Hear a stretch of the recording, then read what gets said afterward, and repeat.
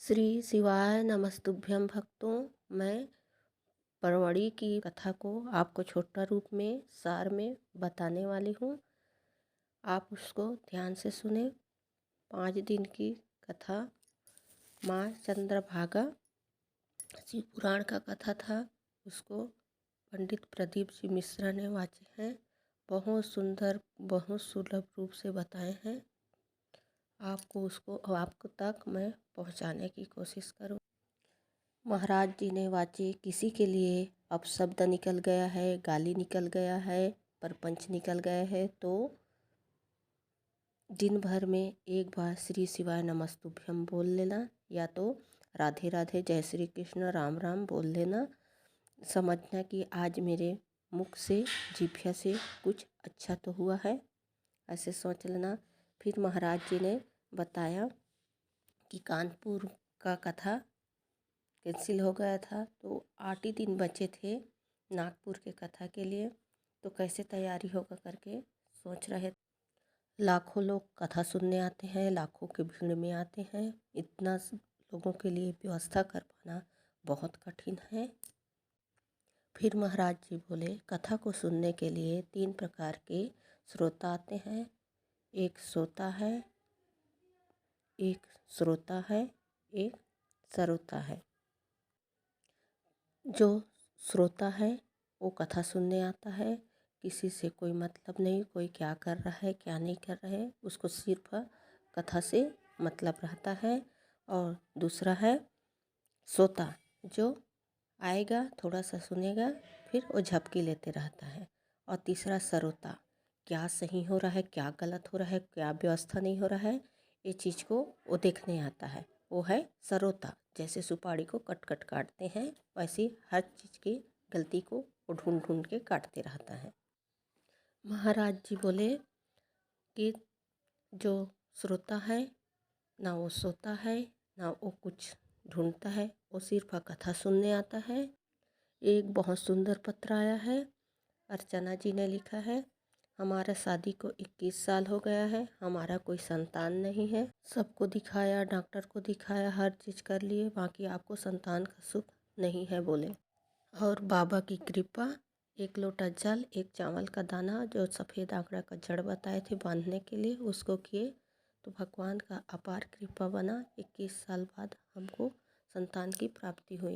एक और पत्र आया, उसमें उनके कोहनी में 150 ग्राम का गठान हो गया था।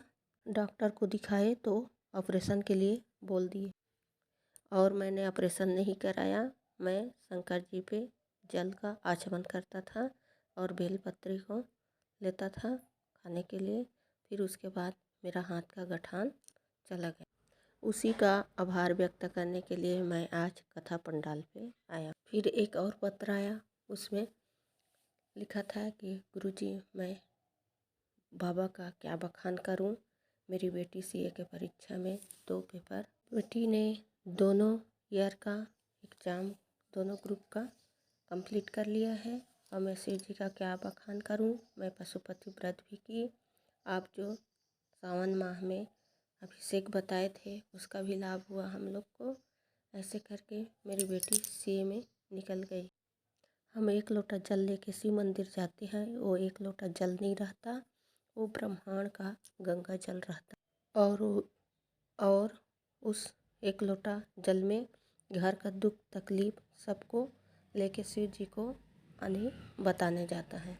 महाराज जी ने परभणी के संसद जी को आभार व्यक्त किया। इतना अच्छा व्यवस्था सुविधा, कुछ चीज़ का कमी नहीं, 8 दिन में पूरा कर दिए। आपने बहुत अच्छा व्यवस्था किया है।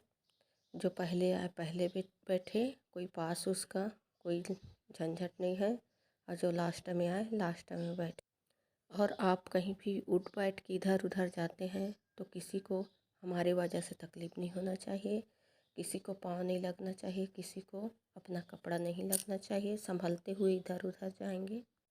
महाराज जी बताए कि जैसे घर में सब एक दूसरे का सम्मान करते हैं, पत्नी पति का, पति पत्नी का, बेटा पापा का, माँ का, तो घर में ही चारों धाम की तीरथ होती है।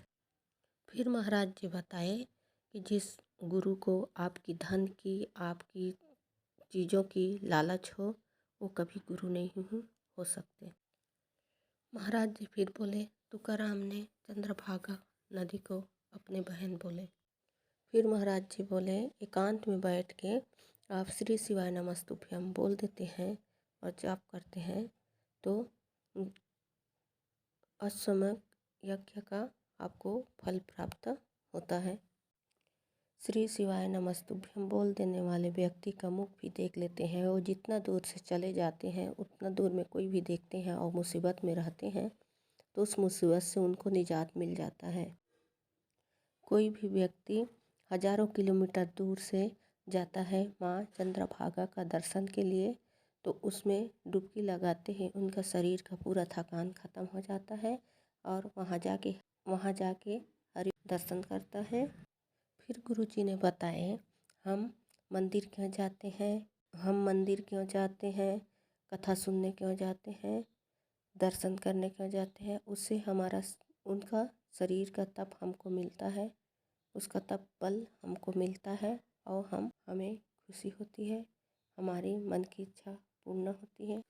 हम भगवान के शरण में कब जाते हैं, हमारे ऊपर बहुत तकलीफ आ जाती है तब जाते हैं और भगवान का तप हमें मिल जाता है तो हमारा जीवन धन्य हो जाता है। फिर एक और पत्र आया, उसमें उनका 6 लड़की थी। एक छोटी लड़की के पेट में गठान हो गया था। डॉक्टर बोले उसको ऑपरेशन के लिए, तो वो बोलती हैं कि महाराज हम 16 साल की लड़की का ऑपरेशन कैसे करा दें। फिर हम लोग ने शुरू किया मंदिर जाने के लिए। मंदिर गए, वहाँ जल चढ़ाते, जल का आचमन करते और बेलपत्री खिलाते। 20 दिन गए, 20 दिन के बाद हम चेकअप, उसकी पेट की गांठ गल चुकी थी, गायब हो चुकी थी और वो एकदम स्वस्थ थी। जैसे आपको मंदिर में जाके पूजा करते नहीं बनता है, जल चढ़ाते नहीं बनता है, फूल चढ़ाते नहीं बनता है, आपको मंत्र जाप करते नहीं बनता है तो आप कुछ मत करो। मंदिर में जाके मंदिर का साफ सफाई कर दो, महादेव प्रसन्न हो जाते हैं। वो जैसे पूजा करते हैं, अर्चना करते हैं, उनको जितना फल मिलता है उतना ही साफ सफाई करने वालों को भी उतना ही फल देते हैं महादेव। और महाराज जी ने बताया कि हमारे देश में इतना तीर्थ नदियाँ हैं, उसमें आप डुबकी भी नहीं लगाओगे, नहाओगे भी नहीं, बाकी उसके तट से घूम के बैठ के आप आ जाओगे तब भी वही नहाने का फल ही मिलता है। और एक नदी और है माँ चंद्रभागा, उसका भी बस आप दर्शन मात्र से आपका जीवन सफल हो जाता है। बुद्ध धर्म में चंद्रभागा नदी का जल को अमृत कहा है और स्वर्ग से आया हुआ जल बताया गया। बुद्ध धर्म के अंतर्गत चंद्रभागा का जल को अमृत बताया गया। शिवलिंग पर जल चढ़ाने का इतना बड़ा महत्व है कि वो जो शिवलिंग पर जल चढ़ाता है उसका 71 पीढ़ी तर जाता है। 3 तरीक़ा से जिस इंसान का मौत हुआ रहता है उसको मोक्ष नहीं मिलता है, सांप के डसने से या अपने स्त्री से मरने से या पानी में डूब के मरने से, ये तीनों को मोक्ष की प्राप्ति।